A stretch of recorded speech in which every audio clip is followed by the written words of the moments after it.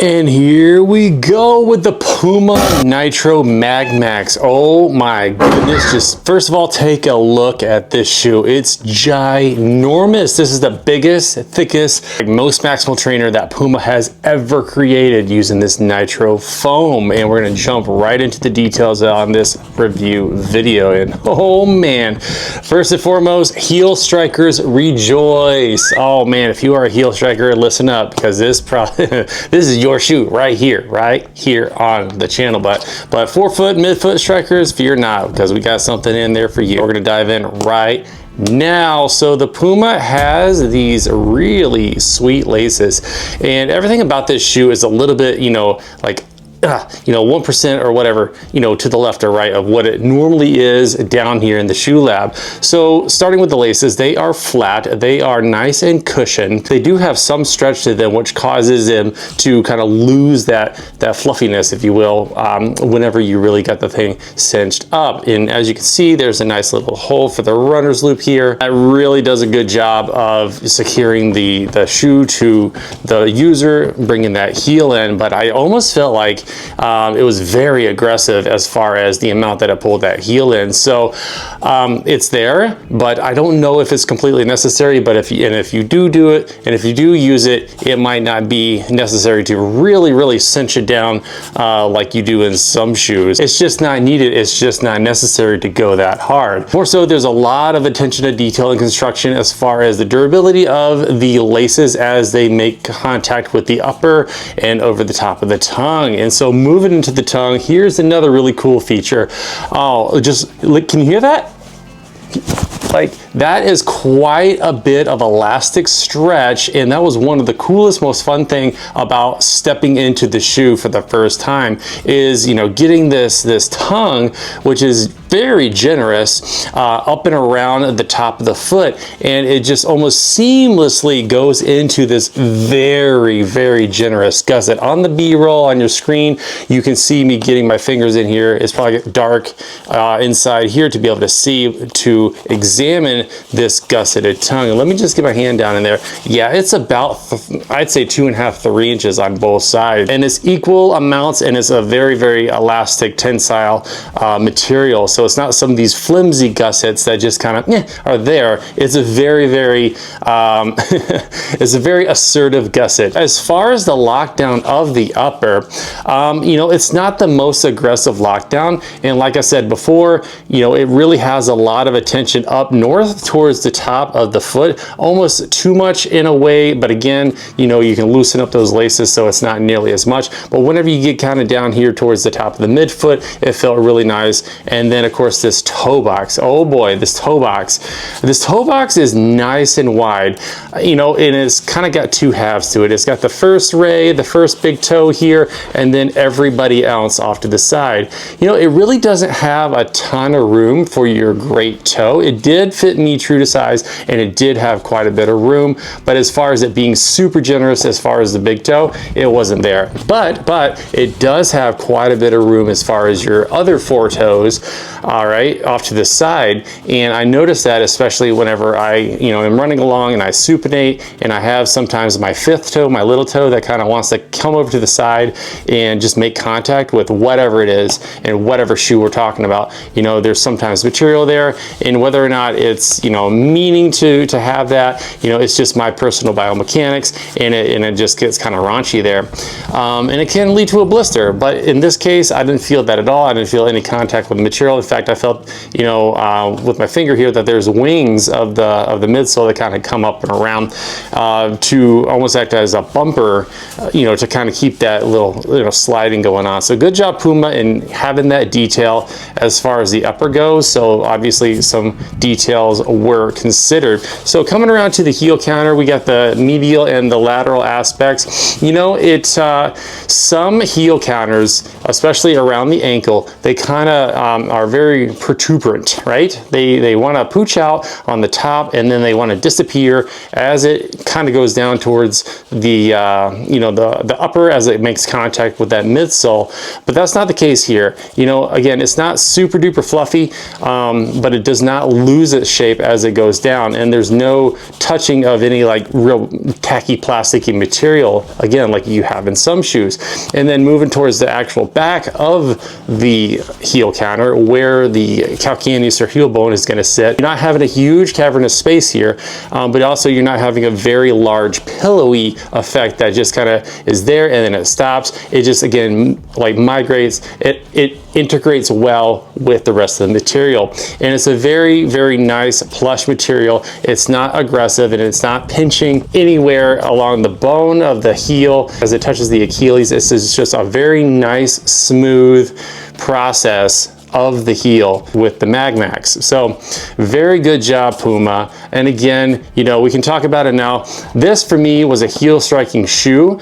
You know, I tested that. I personally am a 4-foot midfoot striker, but I did want to test it and see how it would go for some of these heel strikers that are out there. And I know you guys are watching the channel. So good coming down, and there was no motion whatsoever with the hind foot, with the midfoot. As the hind foot comes down, you know, sometimes you get that rocking and rolling side to side of that bone, and it kind of, you know, steers the rest of the foot for better or for worse. There was none of that here.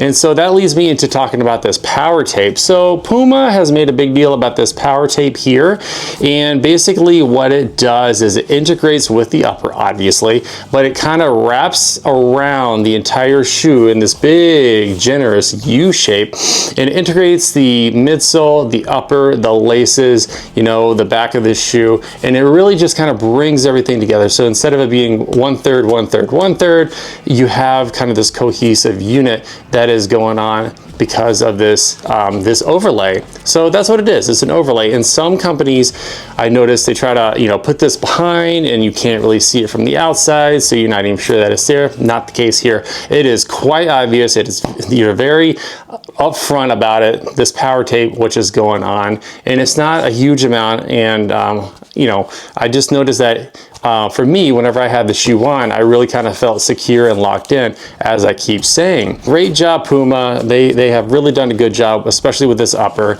The fabric here is kind of on the stretchy side. It's very forgiving. You know, this just screams like a nice cruising shoe that, you know, is just not going to be terribly uncomfortable. It's designed for long distances and long miles, and that's exactly kind of the feeling that I'm getting with the MagMax here. So pulling out ye old insert here, and I talked about it earlier during the unboxing, and I'm just super excited anytime a company has like a really sweet insert that you can just tell that they, you know, built specifically for the shoe, but actually at the same time, you know, added to the comfort. You know, some companies, they just want to throw like a real thin, paper thin material here that doesn't work well, you know, and it just does the rest of the shoe a disgrace, actually, because this is where you're stepping in. This is the thing that you are going to be riding on. Unless you have a custom insert or a different insert that you're putting inside, this is it right here. And so I feel like they did a good job here. You know, it's not the most structured, it's not the thickest insert from factories that I've ever seen,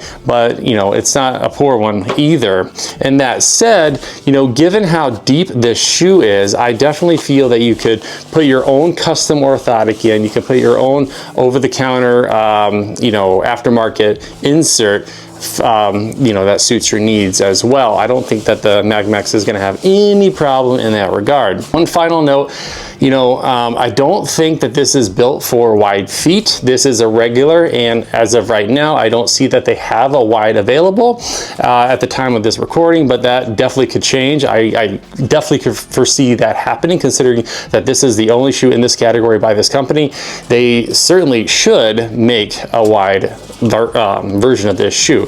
So I don't think that it's going to be for wide feet at this point for this narrow, even though it looks it. I thought that this would definitely, you know, fit wide. It doesn't actually. It fits nice and snug.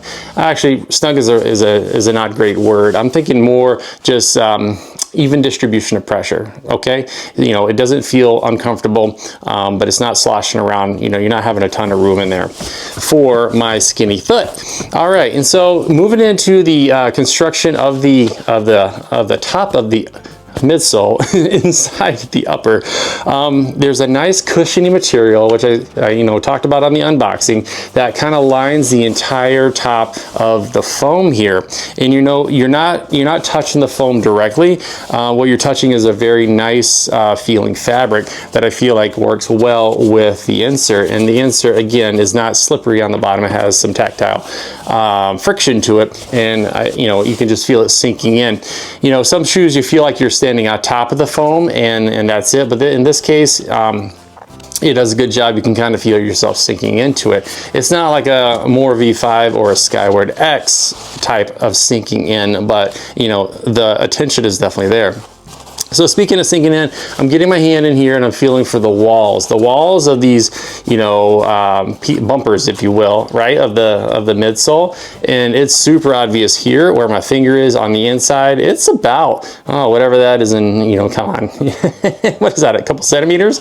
And it's the same thing on the inside. So not a stability shoe, but again, I think it just lends to that heel not being allowed to slide all over the place because it's just really being held in by these bumpers.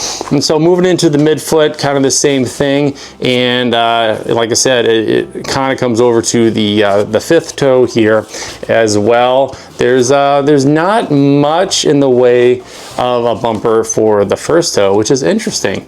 It gives that first toe a little bit more leniency, even though I didn't really feel it as far as the bumpers go. Moving into the midsole. So this is the Nitro midsole. It is a nitrogen infused supercritical foam, 47 in the heel and 39 millimeters in the forefoot for a 6 millimeter drop. Oh my goodness, holy buckets. That's a lot of foam, guys. That's a ton of this nitro foam. And so 6 millimeters, you know, we've been testing a lot of shoes that are in the 4 and 5 millimeter category. I mentioned earlier that I'm a forefoot midfoot striker and that this is ideal for a heel striker. So what I think, and we can definitely experiment with this later on, is, you know, for me, the 6 millimeter drop, it could just be a mental thing, but I noticed that this foam did a very good job in receiving the impact of the strike of my foot, but it did not do a very good job in giving it back, right? And so it did a good job at taking but not giving back. As far as the energy return, like, you know, you would spring into the shoe, but it was you kind of had to get yourself out of the quicksand a little bit with this nitro. You know, it could have just been the runs we were doing with it, maybe the temperature, I don't know, maybe it was my legs, but I just wasn't feeling a ton of energy return.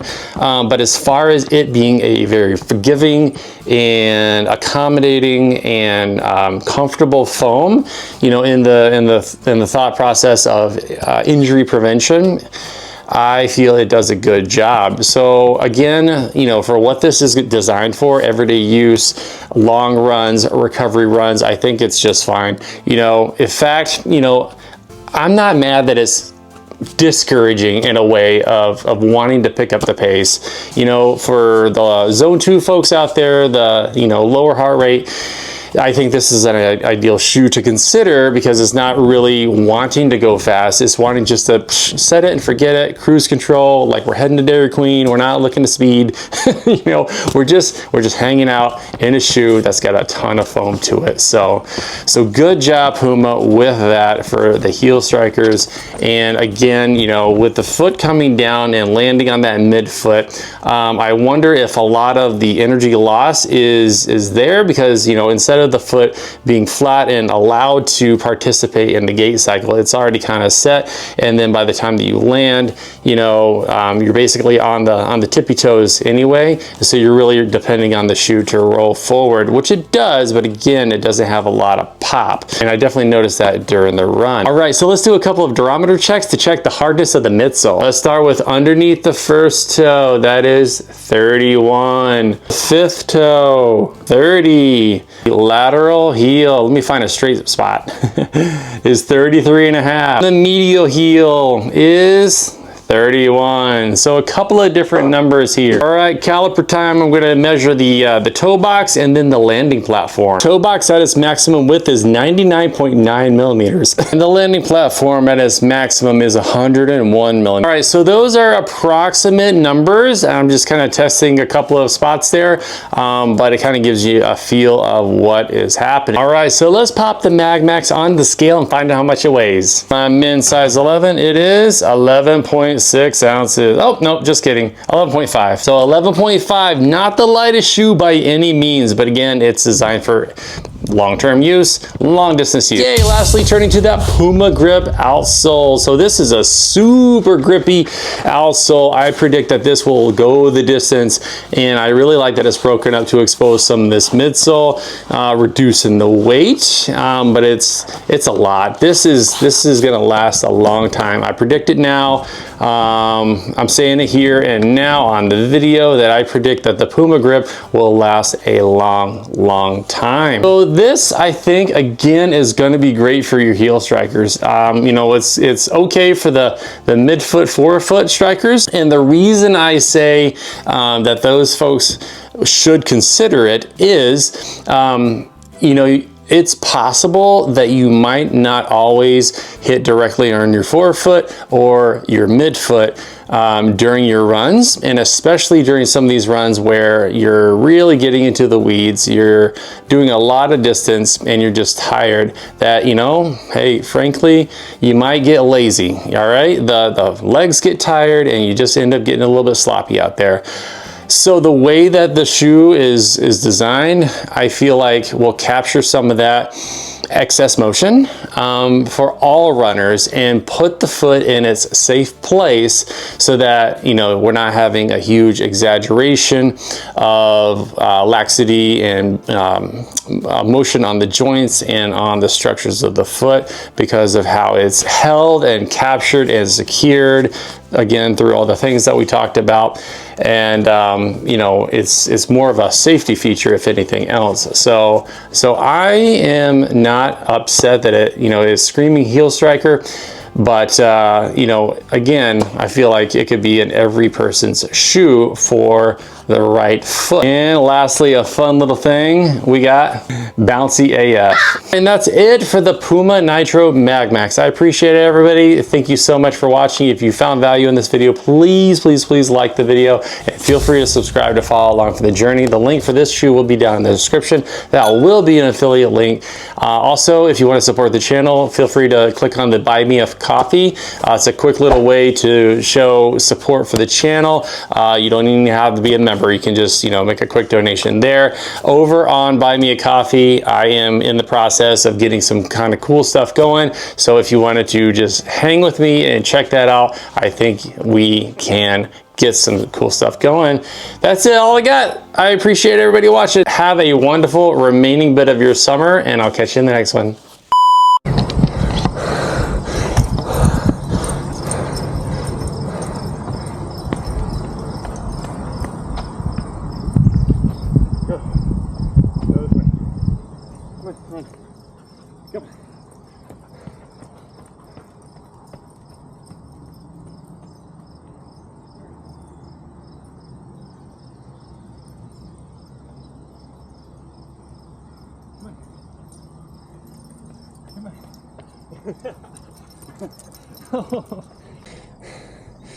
Oh, river, really? Oh man, this has to be because I wear two cats on my feet.